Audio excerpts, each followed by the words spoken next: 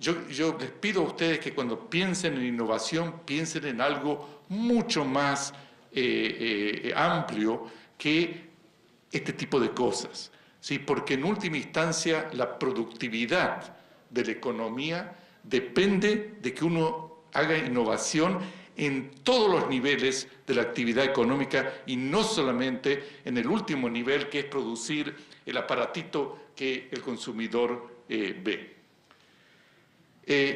Quiero destacar también otro elemento acá en nuestra concepción de innovación y crecimiento.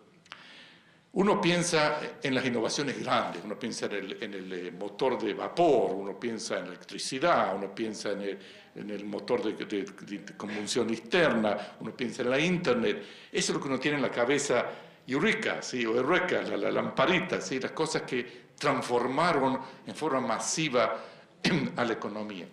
Pero en realidad, el efecto cumulativo de muchas innovaciones pequeñitas en las fábricas, en los establecimientos, en la línea de producción, etcétera, etcétera, está demostrado en forma empírica que el efecto cumulativo ese ha sido tan o más importante a través de la historia que el efecto de las grandes innovaciones. El segundo punto es de que las innovaciones, para que tengan un efecto en la economía, no ocurren en forma aislada. Si vos desarrollás una sola innovación en un solo campo, ¿sí? Y no tenés innovaciones alrededor que puedan traducir esa innovación en más productividad, en algo mejor, las cosas no andan. Las innovaciones aisladas no tienen efecto. Hay mucha interdependencia entre las innovaciones. ¿Cuál es el punto de partida? El punto de partida es de que en Israel, al fin de los años 60, el país había crecido en forma increíble, de un país muy pobre a un país que estaba levantándose con un influjo de población muy grande, y de pronto se preguntaban los que estaban a cargo de la política económica, ¿hacia dónde vamos? ¿Qué es lo que tenemos? ¿Cuál es la ventaja comparativa? Y bueno, estaba claro, Israel no tenía para nada recursos naturales, para nada, desierto la mayor parte, etcétera, etcétera, pero que sí tenía el recurso humano muy avanzado, con muchos skills, talentos y capacidad científica. Eso es lo que tenía, pero eso no estaba traducido en actividad económica que pueda llegar al crecimiento. Y por lo tanto la pregunta fue cómo se puede hacer para movilizar ese recurso que empuje al crecimiento económico. Esa fue la pregunta que se preguntó en Israel a fines de los años 60, principios de los años 70. Y se tomó una decisión estratégica, que yo siempre digo que tuvimos más suerte que cabeza, porque no estaba claro en ese momento qué es lo que había que hacer, pero así salió. Y la decisión fue de jumpstart, de darle un golpe de iniciación a lo que se llamó en ese entonces un sector basado en la ciencia, science-based sector, como para promover la investigación y desarrollo, financiar en forma junta, con matching, a investigación y desarrollo en empresas comerciales. O sea, esa fue la decisión. Las universidades existían en Israel desde los años 20. Había capacidad científica, de investigación, etc. La pregunta era cómo traducir eso en capacidad de innovación comercial. Y la decisión fue esa, financiar parcialmente, en colaboración con las industrias, programas de investigación y desarrollo. Y lo segundo, que también es muy importante, es tratar de curar, digamos así, o dar soluciones a lo que se llama market failures. O sea, cuando el mercado, por algún motivo u otro, no puede hacer las cosas como se deben y se crean cuellos de botellas, etcétera, etcétera, dar soluciones a ese tipo de problemas. ¿Cuáles fueron las características principales desde el principio? Eso también ha sido suerte, créanme, de la política de investigación y desarrollo. Ante todo, el principio de neutralidad. O sea, el gobierno o el instrumento del gobierno que se ocupó de esto, no se ocupa de lo que se dice en inglés pick winners, de elegir las industrias que uno cree que van a tener éxito. Uno no sabe quién va a tener éxito.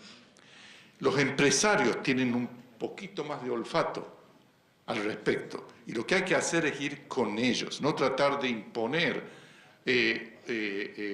ir en una dirección tecnológica, científica determinada, sino que responder a las demandas que vienen del mercado. Y acá yo les digo, cuando uno me pregunta, sí, pero ¿cómo sabés que es así o no? Es muy simple, es la estadística. Eso fue el principio. El segundo es de que, por definición, la materia que uno trabaja con ella, como en la política económica frente a la innovación, es algo terriblemente dinámico. Uno trata con tecnología, con ciencia, que está cambiando todo el tiempo. Lo que es cierto hoy, con certidumbre, no va a ser cierto mañana. Y por lo tanto, las políticas económicas tienen que ser muy dinámicas en sí mismas. Y eso es muy difícil de hacer, porque hay una tendencia de que si uno hace algo y tiene éxito, bueno, sigamos con eso. ¿Por qué cambia? No. Es muy diferente que cualquier otro campo de política económica. El dinamismo acá es algo inherente a la materia en la cual tratás. Y por lo tanto, todo el tiempo tenés que ser tan entrepreneurship y tan dedicado al cambio como los que vos estás ayudando, como los que se ocupan de investigación y desarrollo. Y eso no es fácil, y lo digo por experiencia al respecto. Estos dos principios de neutralidad y el dinamismo de la política en sí, esto en mi forma de ver ha sido el secreto de que las políticas económicas de Israel dedicadas a la innovación han tenido éxito, y han tenido éxito durante 40 años. Permítanme algunos ejemplos de innovaciones en Israel que ustedes, me imagino, conocen. Hoy en día todos saben lo que es el Facebook, pero el origen de toda esa tecnología es el ICQ, que a lo mejor algunos de ustedes lo conocen, que fue una de las primeras tecnologías de esta naturaleza. Eso se originó en Israel. El invento que se llama Given Image, es único en el mundo, es una pastilla que uno la toma y le fotografía todo el estómago y el intestino, ¿sí? Y puede ser diagnóstico de lo que ocurre adentro del intestino. No se lo recomiendo ver a eso, no la tomen si no lo necesitan, pero si lo necesitan es una gran cosa. Shopping Comp es un servicio de comparación de precios, de vuelta, pionero en este campo, y el SanDisk, que no sé cómo se dice en castellano, el Disk on Key, que todos ustedes tienen,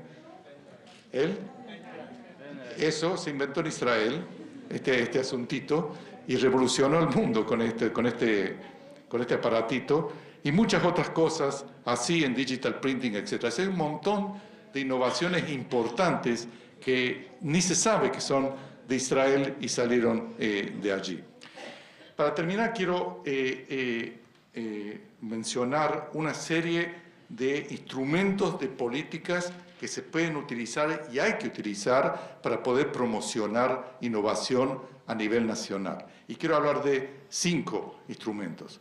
Uno es cómo hacer para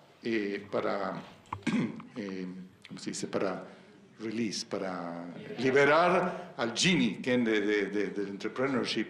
Segundo, cómo proveer los incentivos necesarios, cómo crear los skills, información, etc. Empecemos con el asunto del genie, cómo que salga de la botella, ¿sí? ¿Cómo se hace? Bueno, no hay ninguna receta mágica acá. Pero lo que hace falta es crear instituciones que sepan elegir, seleccionar a los best and brightest, a los mejores de la juventud y redirigirlos hacia entrepreneurship de este tipo. Y ahora yo les quiero decir algo que es difícil, pero de todos modos lo quiero decir. Miren, si la percepción, si las normas sociales de un país son tales de que el joven de 20, 25 años mira y dice, bueno, a ver, ¿qué quiero hacer yo? Soy un tipo capaz, tengo idea. ¿A dónde dirijo mis energías? Y lo que yo veo es de que payoff, sí, de mis energías se dan más en hacer transacciones fictivas o en hacer todo tipo de especulaciones, ahí voy a ir. No solamente en la Argentina. Fíjense lo que pasó en Wall Street, que todo el tipo de innovación financiera llegó a una catástrofe. ¿Sí? Y los mejores, the best and the brightest, en los últimos 15 años en Estados Unidos estaban dirigidos a estudiar finanzas en las escuelas de administración de empresas ahí para hacer manipulaciones financieras creativas que llegaron a un desastre. Eso no puede llevar a un mundo de innovación que lleva a crecimiento económico. Entonces, eso es fundamental, el punto ese. Segundo, como dije, el asunto de normas sociales. Y yo voy a volver a este tema de apoyar cambio. Innovación significa cambio en todos los aspectos. La innovación tiene que recibir buena prensa, exalt innovation. Las anécdotas de innovaciones que sean exitosas es algo que tiene un poder enorme. En Israel, la anécdota, no, el caso del ICQ, que yo dije, se convirtió en algo que todos querían emular, que todos querían hacer como ellos. Un par de jóvenes de 20 y pico de años que en el basement crearon el asunto ese. Bueno, eso fue un símbolo que se convirtió en un magneto para la juventud. Hace falta eso. Y también lo que dije, que permitir a la sociedad de reinventarse con las innovaciones sin perder la identidad. A veces hay una resistencia a eso porque dice, bueno, pero yo soy como soy, no quiero que me cambie, yo la sociedad. No, la identidad se puede conservar y al mismo tiempo introducir cambios. Pero, por supuesto, el asunto es incentivos, en última instancia. Para inventar, para innovar, hace falta que uno tenga la expectativa de una gran ganancia en el futuro si logro concretizar mi innovación, dado los costos, dada los riesgos que estoy dispuesto a tomar. Un factor principal es lo que se llama apropiabilidad, la capacidad de apropiar de los beneficios, las ganancias que resultan de la innovación. Si vos hoy en día innovás y mañana te lo copian, porque no hay protección de propiedad intelectual, entonces no vas a innovar. ¿Por qué? Vos sos Gil, ¿viste? Porque el otro te copia, hace la guita. No.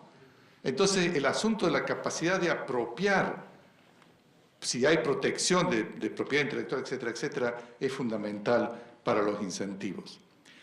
Es muy importante de que si vos tenés una empresa y vos querés que los trabajadores, los empleados, también se ocupen de innovación, entonces ellos tienen que tener una perspectiva de ascenso, de promoción, si tienen innovación.